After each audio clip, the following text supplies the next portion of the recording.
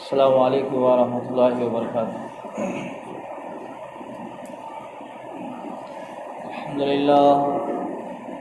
الحمدللہ نحمدہ ونستعینہ ونستغفرہ ونؤمن بہ ونتوکل علیہ ونعوذ باللہ من شرور انفسنا ومن سیئات اعمالنا، من يهده الله فلا مضل له ومن يضلل فلا هادي له، واشهد ان لا اله الا الله وحده لا شريك له، واشهد ان محمدا عبده ورسوله الذي ارسله بالحق بشيرا ونذيرا وداعيا الى الله باذنه وسراجا منيرا، اما بعد فإن خير الحديث كتاب الله وخير الهدي هدي محمد صلى الله عليه وسلم وشر الأمور محدثاتها وكل محدثة بدعة وكل بدعة ضلالة وكل ضلالة في النار۔ اعوذ باللہ السمیع العلیم من الشیطان الرجیم، بسم اللہ الرحمن الرحیم۔ وعد اللہ الذین آمنوا منکم وعملوا الصالحات ليستخلفنهم في الارض، وقال النبی صلی اللہ علیہ وسلم قال رب اشرح لي صدری ويسر لي امری واحلل عقدۃ من لسانی یفقهوا قولی رب زدنی علما۔ سب سے پہلے اس اللہ رب العالمین کی تعریف و توصیف، عبادت و بندگی اسی اللہ رب العالمین کے لیے لائق و ذبح ہے جو ساری کائنات کا خالق اور مالک ہے، اور وہ علی کل شیء قدیر ہے۔ اس اللہ رب العالمین کی حمد و ثنا کے بعد ہم اللہ رب العالمین سے یہ دعا کرتے ہیں کہ درود و سلام کے پھول نشاور ہوں تمام انبیاء اکرام پر، اور خاص کر آپ کے اور میرے آخری نبی حضرت محمد رسول اللہ صلی اللہ علیہ وصحبہ وبارک وسلم پر، جو ہمارے لیے بشیر اور نذیر بن کر آئے ہوئے تھے۔ اللہم صلی علی محمد وعلی آل محمد کما صلیت علی ابراہیم وعلی آل ابراہیم انک حمید مجید، اللہم بارک علی محمد وعلی آل محمد کما بارکت علی ابراہیم وعلی آل ابراہیم انک حمید مجید۔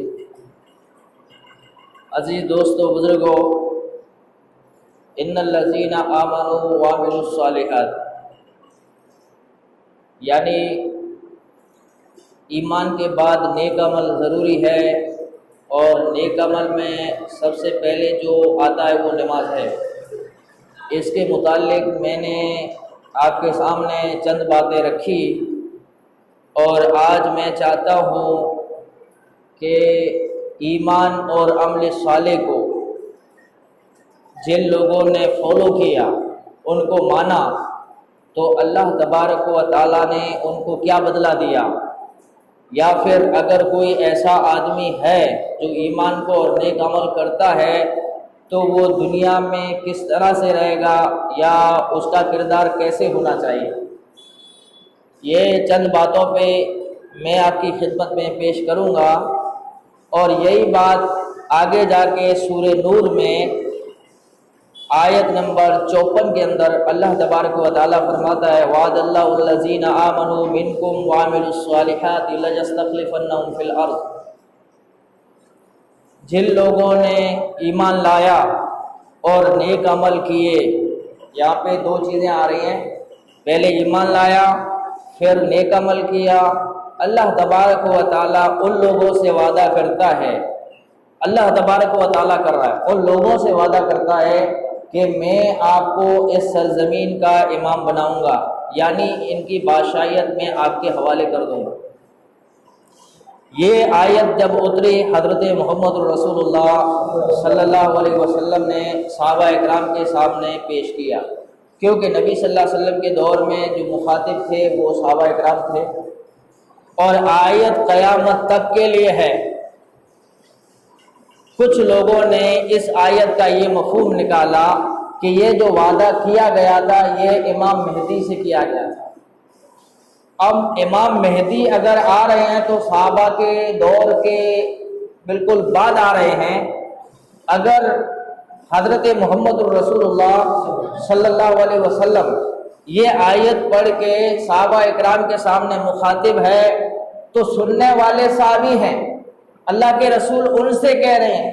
اگر امام مہدی سے کہنا ہوتا تو قرآنی آیات کا سلسلہ بند ہو گیا، پھر تو یہ بات کہی جا سکتی ہے کہ یہ جھوٹ تھا، فریب تھا۔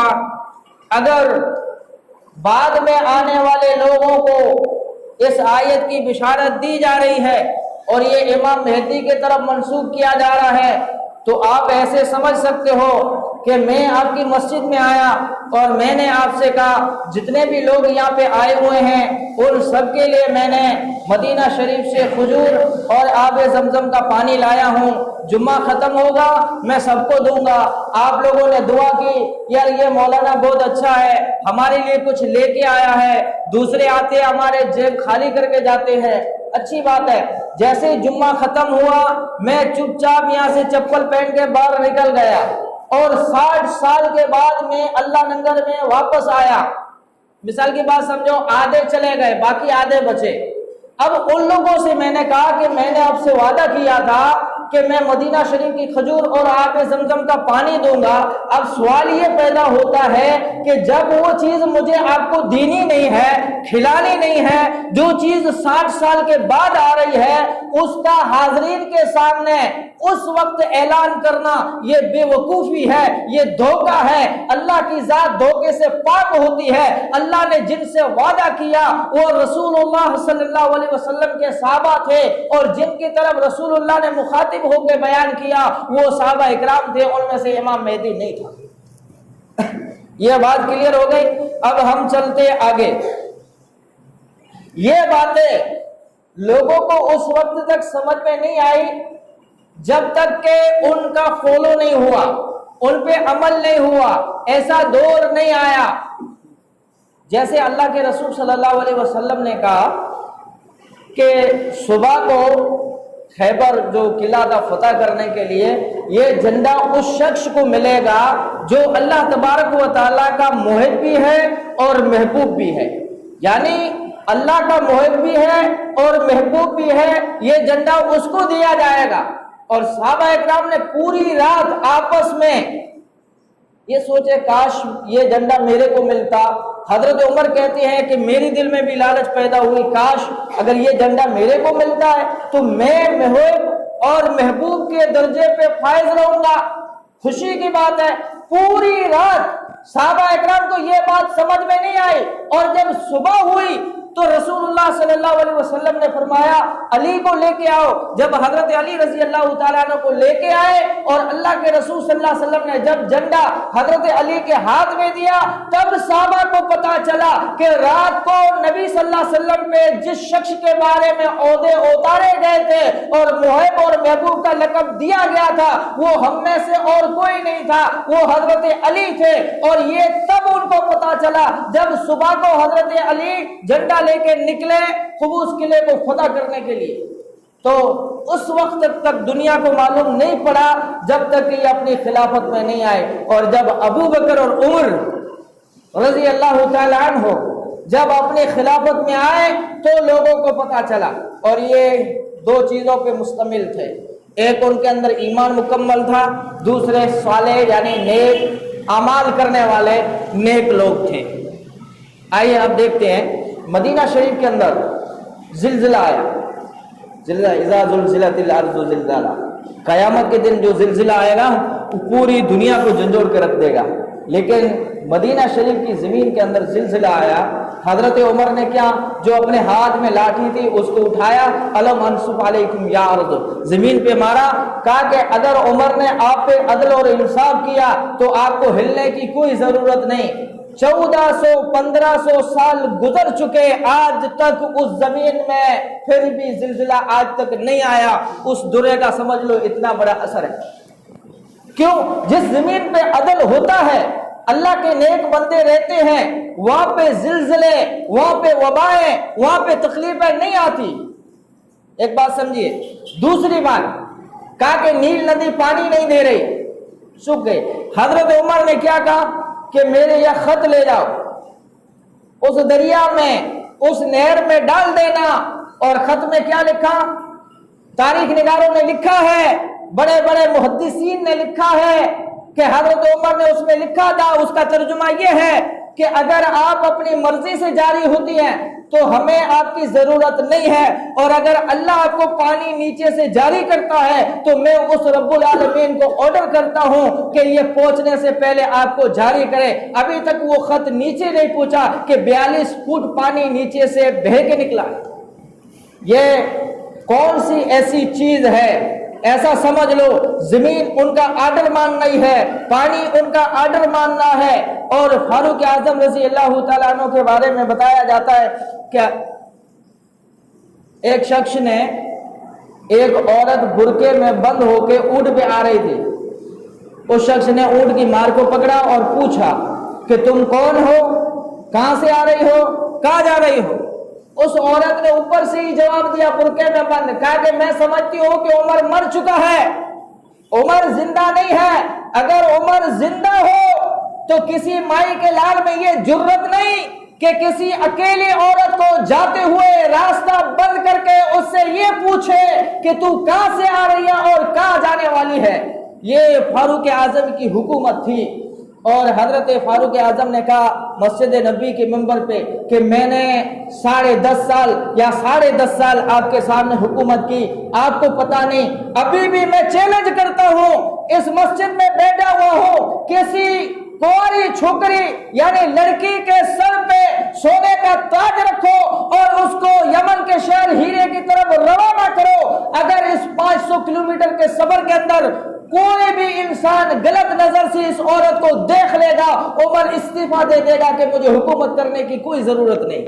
یہ حکومت تھی. اکیلی عورت اگر سونے کا تاج پہن کے نکل سکتی ہے, آرام سے عزت و آبرو بچا کے جا سکتی ہے, اس کو کوئی خطرہ نہیں. اگر ایسا کسی کا دور تھا تو فاروق اعظم رضی اللہ تعالیٰ عنہ کے دور میں ان کا دور تھا, کیونکہ وہ نیک لوگ تھے. اللہ تبارک و تعالیٰ نے اپنی رحمتیں اس میں ایسی بچھا دی تھی. اور رہی عدل اور انصاف کی بات, آج جو ظلمت, جو تکلیفیں, جو پریشانیاں ہیں وہ اس لیے ہیں کہ ہمارے اندر ایمان بھی نہیں ہے, نیک اعمال بھی نہیں ہے, جس کی وجہ سے بری وبائیں نکلی ہیں, اچھی وبائیں چلی گئی. نیک لوگوں کو دیکھا جائے 100 میں سے 4-5 ملتے ہیں, باقی 99-95 لوگ برے ملتے, تو ان کا پھر کیا ہوگا؟ وہی حال ہوگا, تم بھی ڈوبے صنم, ہم بھی ڈوبے صنم, نہ خدا ملا نہیں سارے صنم, وہی حال. تو بات وہ کر رہا تھا کہ ایک عیسائی لڑکا حضرت عمر رضی اللہ تعالیٰ عنہ کی عدالت میں آتا ہے اور کہتا ہے عمر, ایک بہت بڑے آدمی کے بیٹے نے مجھ کو مارا ہے. کیا کیوں مارا؟ کہ صرف میرا جرم اتنا تھا کہ ہم گھوڑے کو دوڑا رہے تھے, میرا گھوڑا دوڑ میں اس سے آگے نکل گیا اور میں غریب تھا, اس نے مارا ہے. وہ یہودی کہہ رہا ہے حضرت عمر کے سامنے. حضرت عمر نے کہا کہ اس کو پکڑ کے لاؤ. عمر بن عاص کہا کہ اس کے باپ کو بھی پکڑنا. دونوں کو پکڑ کے لایا گیا. اس غریب لڑکے کو حضرت عمر نے ڈنڈا ہاتھ میں دیا کہ جیسے آپ کو مارا ہے, جتنا مارا ہے, آج آسمان دیکھے گا, زمین دیکھے گی, آپ اپنا بدلہ لے لو. یہ عمر کی عدالت ہے, یہ اللہ کے نیک بندوں کے انصاف کرنے والوں کی عدالت ہے, کسی پہ ظلم نہیں کیا جائے گا. کہا کہ اس کے باپ کو بھی مارو. اس کا باپ کہتا ہے امیر المومنین میرا کیا قصور ہے, میرے بیٹے نے جرم کیا, اس کو مارو. کہا جرم آپ کا یہ ہے کہ آپ کے بیٹے کو اگر مارنے کی جرت بخشی تو تمہاری دولت نے, تمہارے عہدے نے جرت بخشی. اسی لیے جتنا بڑا زیادہ طاقت میں ہوتا ہے, پیسے میں ہوتا ہے, اور نیتا زیادہ جتنا ہوتا ہے, ان کو دیکھا جائے گناہ کرتے ہیں سزا نہیں ہوتی, وہ اپنے آپ کو آرام سے نکل جاتے ہیں. سزا اور قانون اگر نافذ ہوتا ہے تو مظلوم پہ, غریب پہ, اور اگر غریب پہ ناحق نا انصاف کرنے والا آدمی زمین پہ موجود ہو تو اس زمین میں زلزلے آئیں گے، کورونا جیسی بیماریاں آئیں گی، ایسی وبائیں آئیں گی، کیونکہ وہ اللہ کی نافرمانی کر رہا ہے۔ اور جب اللہ نے قرآن میں یہ کہا کہ اگر تم نیک عمل کرو گے، عدل اور انصاف سے رہو گے تو انشاءاللہ میری رحمت برسے گی۔ دوسری بات، حضرت عمر رضی اللہ تعالی عنہ جمعہ پڑھانے، ایک معمولی آدمی، دیکھیے 22 لاکھ مربع میل کا حکمران ہے، ہم یہاں، میں ایک معمولی انسان ہوں، یہاں آپ نے جو مجھے عزت دی، اللہ آپ کو اس کا جزائے خیر عطا فرمائے۔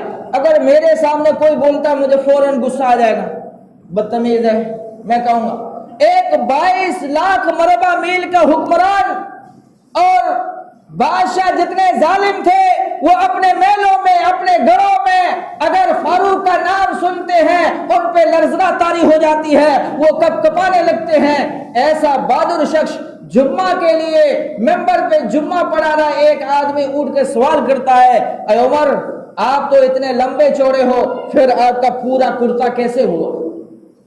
ہم لوگوں کو بھی حصے میں، اور جو حصہ تھا اس میں، اس حصے پہ ہم کو بھی کپڑا ملا، لیکن ہمارا پورا جوڑا نہیں ہو پایا، تو آپ کا پورا جوڑا کیسے ہوا؟ آپ تو اتنے لمبے ہیں، کندار آدمی ہیں۔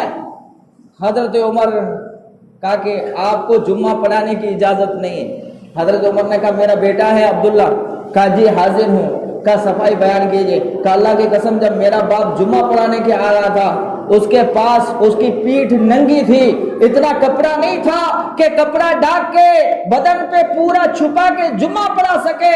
ایک حصے میں چادر مجھے ملی، ایک میرے باپ کو ملی، میں نے میری چادر اٹھا کے میرے باپ کو دے دیا، اس نے دونوں چادروں کو ملا کے اپنا ایک جوڑا، ایک کرتا بنا لیا۔ اس غریب کو کہا اب کیا کہتے ہو، اگر اجازت دو تو عمر جمعہ پڑھائے۔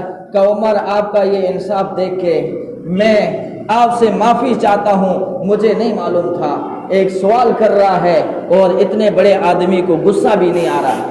اسی لیے حضرت محمد الرسول اللہ صلی اللہ علیہ وسلم نے کہا اگر کوئی ناانصافی کرتا ہے یا آپ کو ایسا لگتا ہے تو آپ کو اس سے پوچھنے کا بھی حق ہے، یہ اسلام نے دیا ہے، یہ حضرت محمد الرسول اللہ صلی اللہ علیہ وسلم کی شریعت نے دیا ہے، اس میں ڈرنے کی بات نہیں ہے۔ اللہ کے رسول صلی اللہ علیہ وسلم نے آخری وقت میں کہا کہ کون ہے ایسا دنیا میں مجھ سے بدلہ لے لو، آخرت میں میری گریبان نہ پکڑنا۔ ایک شخص اٹھتا ہے، اس نے کہا اللہ کے رسول صلی اللہ علیہ وسلم فلاں جنگ میں آپ نے میرے کو لاٹھی ماری تھی، چھڑی ماری تھی، لہذا مجھے بدلہ لینا ہے۔ اللہ کے رسول نے کہا آ جاؤ۔ کہا اس وقت میرے بدن پہ کپڑے نہیں تھے، یعنی میری پیٹھ ننگی تھی، آپ اپنا کرتا اتارو۔ صحابہ اکرام دیکھ رہے ہیں کیسا آدمی ہے جو محمد الرسول اللہ صلی اللہ علیہ وسلم سے بدلہ لینے کے لیے کھڑا ہوا ہے۔ صحابہ اکرام کے سامنے ایسے غصے، اندر میں پتہ نہیں کیا کیا چیز ہے بھڑک رہی ہے، لیکن اللہ کے رسول نے اپنا کرتا اتارا۔ اس نے کہا اللہ کے رسول مجھے آپ سے کوئی بدلہ نہیں لینا۔ اس نے آ کے نبی صلی اللہ علیہ وسلم کو چوم لیا، یعنی مجھے یہ دیکھنا تھا کہ آپ کتنے انصاف والے آدمی ہیں۔ اس نبی نے انصاف یہ دیا کہ دنیا میں اگر کسی کا آپ نے حق مارا ہے یا کسی پہ ظلم کیا ہے تو وہاں پہ معافی مانگ لو، مرنے سے پہلے اس کا حق دے دو، ورنہ قیامت کے دن اس کا حساب و کتاب دیا جائے گا۔ اور یہ محمد الرسول اللہ صلی اللہ علیہ وسلم نے سبق دیا ہے۔ وہ فاروق گشت کر رہے رات کو، ہم بھی کرتے ہیں، اپنے پسند کا ہوتا ہے نا ان کو دیتے، اپنی پسند کا نہیں ہوتا ہے نہیں دیتے، پر یہ نہیں سمجھتے کس کی مجبوری زیادہ ہے، کس کو دینا چاہیے یہ نہیں دیکھتے ہیں۔ پھر کچھ لوگ اپنی جماعت کے آ جاتے ہیں، یہ ہماری جماعت کا نہیں ہے، یہ اس جماعت کا ہے، یہ مسلم نہیں ہے، یہ نان مسلم ہے۔ اسلام میں ایسا نہیں ہے، اسلام میں یہ بات نہیں ہے، محمد الرسول اللہ نے یہ نہیں سکھایا۔ اگر کوئی مجبور ہے، اس کی واقعی ضرورت ہے، ہندو ہو کہ مسلمان ہو، کسی بھی جماعت کا ہو، اگر آپ کو اللہ نے دیا ہے کہ اس کی ضرورت پوری کر سکتے ہو، فوراً اس کی ضرورت پوری کرو۔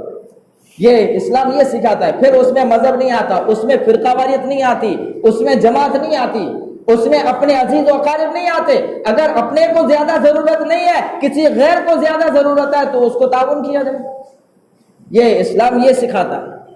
دوسری بات، حضرت عمر گشت کر رہے ہیں، راستے میں نکلتے ہیں کہ ایک عورت صرف خالی تپیلی پانی کی چڑھائی ہوئی ہے، اس کے چھوٹے چھوٹے بچے رو رہے ہیں، حضرت عمر غلام کے ساتھ جاتے ہیں، پوچھتے ہیں بتلاؤ آپ کو کیا تکلیف ہے؟ اس نے پہچانا نہیں کہ یہ امیر المومنین ہے۔ کہا آپ کو اس سے کیا کرنا ہے؟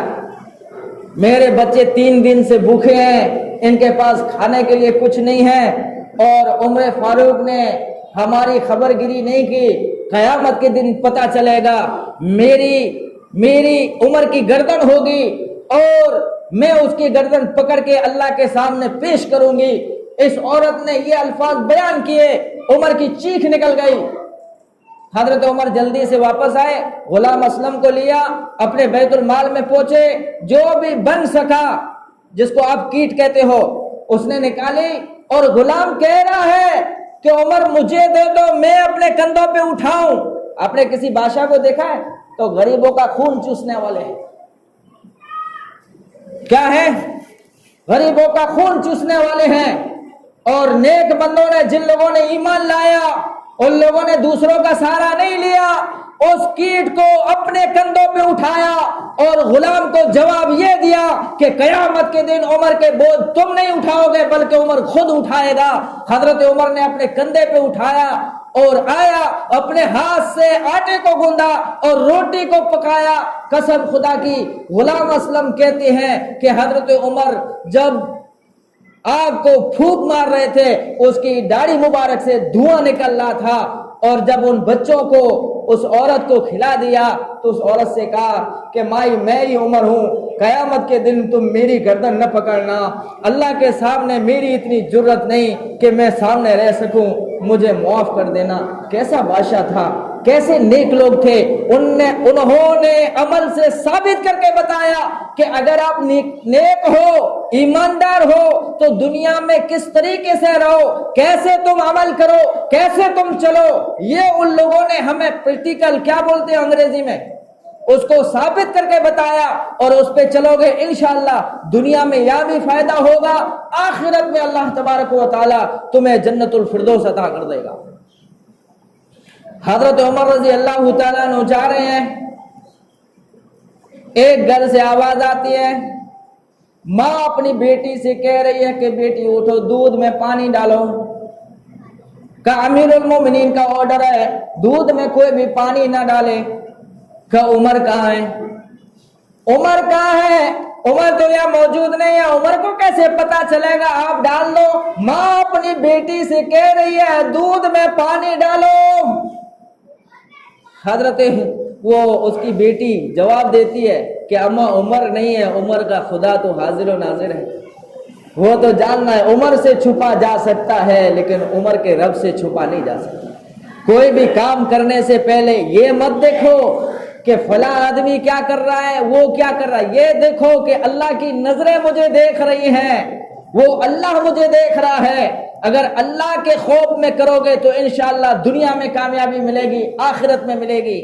حضرت عمر نے پتہ لگایا اور پھر اس عورت کو لے کے اپنی بیٹے سے شادی کرائی کہ یہ نیک دل خدا کے خوف کھانے والی عورت ہے، اور ایسی عورت سے شادی کرنا نیک بندوں نے، یعنی دوسرے نمبر کے خلیفے عمر فاروق نے اجازت دی۔ یہ ہوتا ہے۔ آج لوگ کیا دیکھتے ہیں معلوم ہے؟ کتنی زیادہ خوبصورت ہے، کتنا زیادہ اس کے پاس پیسہ ہے، اس سے شادی۔ دین نہیں دیکھا جاتا، دین دیکھو، اگر وہ نیک ہے سب سے بڑی دولت ہے تمہارے لیے۔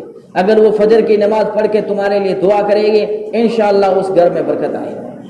آگے چلو، فاروق اعظم گشت کر رہے ہیں، جا رہے ہیں، ایک پردیسی آدمی بیٹھا ہوا ہے، اس کی آنکھوں سے آنسو بہ رہے ہیں۔ پوچھتے ہیں کہ بھائی صاحب کیا ہوا؟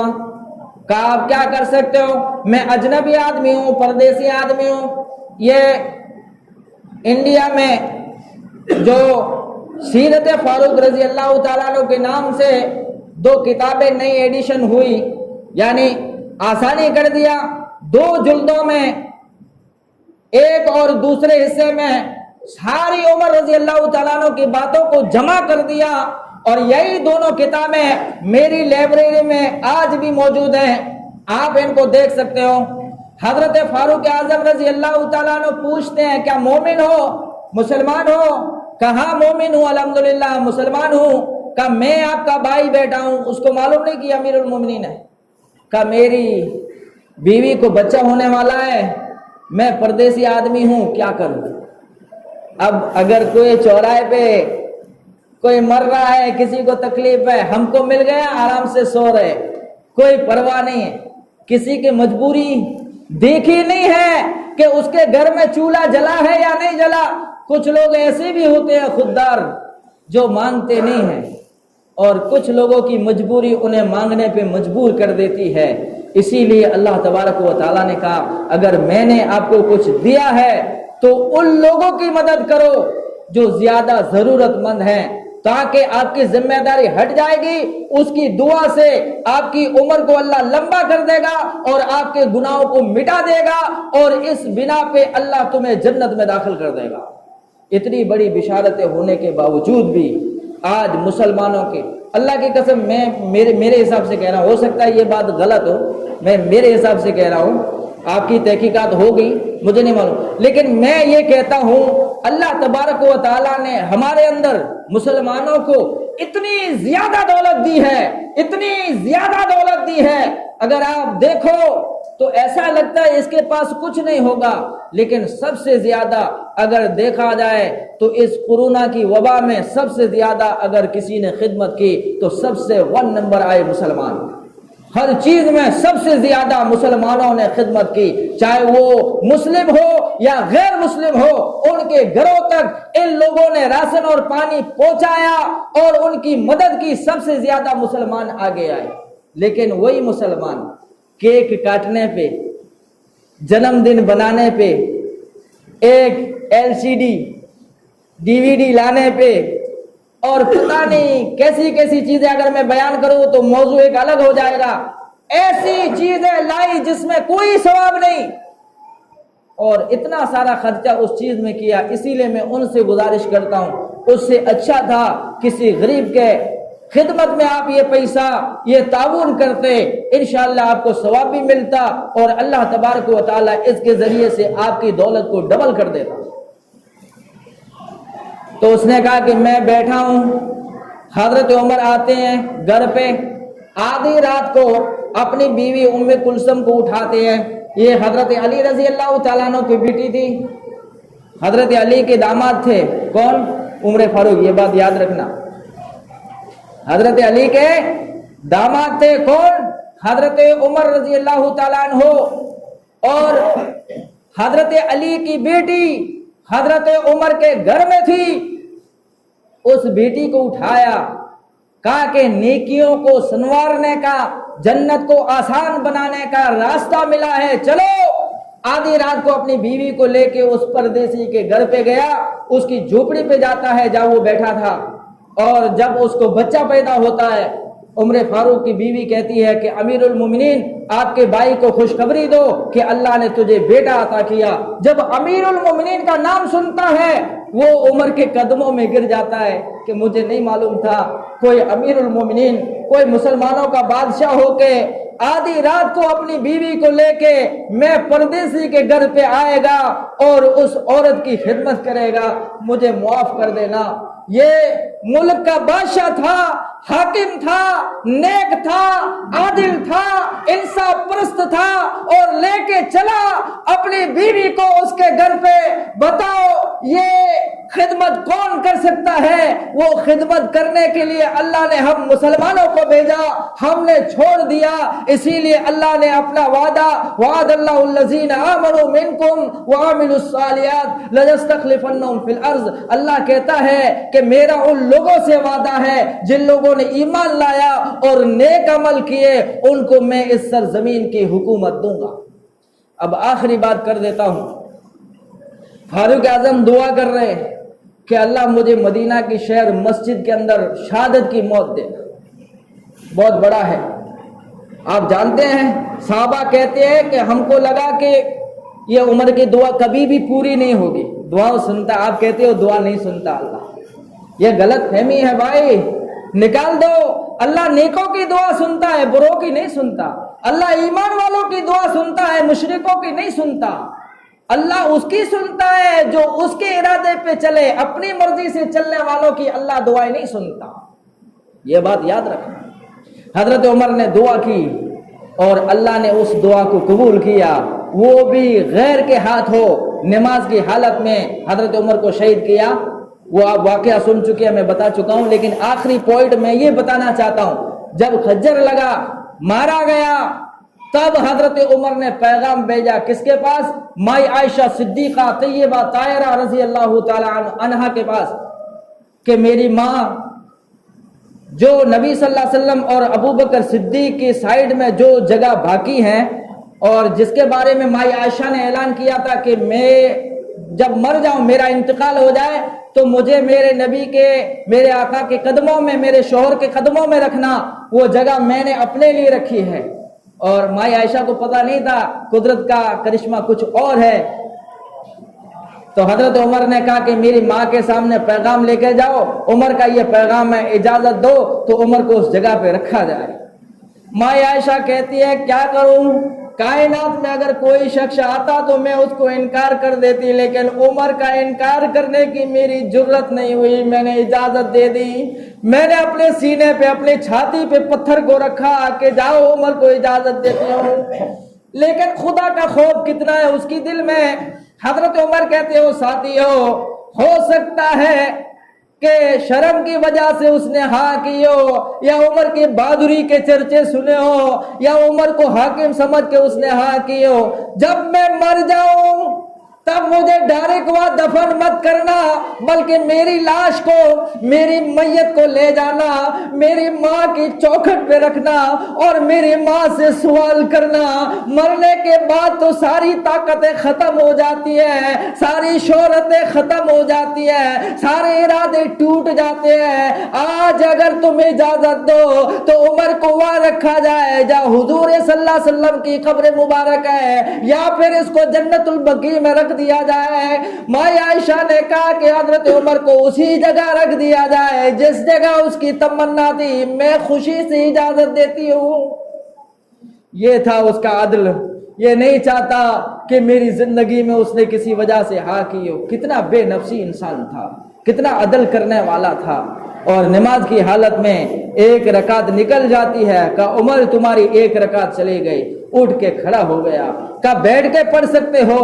کہ اللہ کے رسول نے کہا جب تک طاقت ہے کھڑے ہو کے پڑھوں گا۔ آج وہی مسجدیں خالی نظر آتی ہیں۔ دنیا کے اندر 9000 مسجدیں فاروق اعظم نے بنائی، ان میں امام رکھے، ان کو مسافر خانہ بنایا، ان کو ٹھہرنے کی جگہ بنائی، اور جب حضرت عمر کی لاش اور میت رکھی گئی، حضرت علی آتے ہیں اور اس کا چہرہ دیکھتے ہیں اور کہتے ہیں کہ عمر تو ایک ایسا آدمی تھا جس کے ذہن میں فطور تھا، اس کے ذہن کو صاف کیا، جو ٹیڑھا تھا اس کو تو نے سیدھا کیا، اور جو برا تھا اس کو تو نے محمد رسول اللہ صلی اللہ علیہ وسلم کی سنت پہ قائم کیا۔ جس طرح سے تو نے دنیا میں مسجدیں روشن کی، اللہ تیری قبر کو اس طرح روشن کر دے۔ حضرت علی عمر کے جنازے پہ، اس کی میت پہ رو رہے ہیں اور یہ دعا کر رہے، اللہ تو مجھے عمر جیسا بنا دے، اللہ تو مجھے عمر جیسا بنا دے۔ یہ تھا ان الذین آمنوا وعملوا الصالحات، جن لوگوں نے نیک عمل کیے، ایمان لایا، ان لوگوں نے اس طریقے کی زندگی گزاری۔ اگر ایسے گزارو گے، ایماندار ہو، نیک اعمال کرنے والے ہو، تو انشاءاللہ دنیا میں فائدہ رہے گا، آخرت میں رہے گا۔ اللہ رب العالمین سے دعا ہے، باقی باتیں انشاءاللہ آگے بیان کی جائے گی۔ اللہ تبارک و تعالی جب تک زندہ رکھے، آپ کو اور مجھے ان باتوں پہ عمل کرنے کی توفیق عطا فرمائے، اور اللہ تبارک و تعالی جب تک زندہ رکھے ہم کو نیک اعمال عدل اور انصاف سے کرنے کی توفیق عطا فرمائے، اور محمد الرسول اللہ صلی اللہ علیہ وسلم کے طریقے کے مطابق کرنے کی توفیق عطا فرمائے۔ ہم کو سب سے زیادہ اس رب العالمین کا غلام بنا دے اور غیروں کی غلامی سے بچائے۔ اللہ تبارک و تعالی ہمارے دلوں سے حسد کو، کینے کو نکال دے، اور ایک دوسرے کی ہمدردی کرنے کا، ایک دوسرے سے گلے ملنے والا بنا دے، ایک دوسرے کو بھائی سمجھنا، اس کے درد میں شریک ہونے والا بنا دے۔